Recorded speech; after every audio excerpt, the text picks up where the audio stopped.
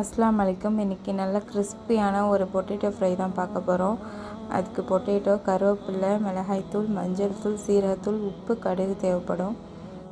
உருளைக்கிழங்கு குழையாமல் எப்படி கிறிஸ்பியாக செய்கிறதுன்னு இன்றைக்கி பார்க்கலாம். ஃபஸ்ட்டு ஒரு பேனில் எண்ணெய் ஊற்றிட்டு கடுகு போட்டு கருவேப்பிலை போட்டு பொரிய விட்டுருங்க. ஃபஸ்ட்டு கடுகு வெடித்ததுக்கப்புறமா கருவேப்பிலை போடுங்க.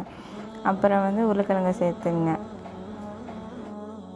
உருளைக்கிழங்கை போட்டு நல்லா எல்லாம் மிக்ஸ் ஆகுற மாதிரி கலந்து விட்டு ஒரு 5 மினிட்ஸ் போல் எண்ணெய் ஊற்றி வதக்குங்க. கொஞ்சம் அதிகமாகவே எண்ணெய் ஊற்றிங்க, அப்போ தான் நல்லா கிறிஸ்பியாக இருக்கும்.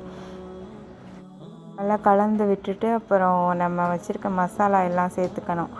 அதை கலந்துட்டு ஒரு மூடி போட்டு ஒரு 4 மினிட்ஸ் போல் அப்படியே மீடியம் ஃப்ளேமில் வேக விட்டுருங்க. உருளைக்கிழங்கு நல்லா வெந்ததும் அதுக்கப்புறம் பெப்பர் மட்டும் லாஸ்ட்டாக போட்டு நல்லா பரட்டி விட்டுருங்க. நல்லா டேஸ்ட்டாக இருக்கும் அந்த பெப்பர் நீங்கள் சேர்த்திங்கன்னா. பெப்பர் போட்டு நல்லா கலந்ததும் ஒரு 2 மினிட்ஸ் போல் மீடியம் ஃப்ளேம்லேயே வச்சு ஆஃப் பண்ணிவிடுங்க.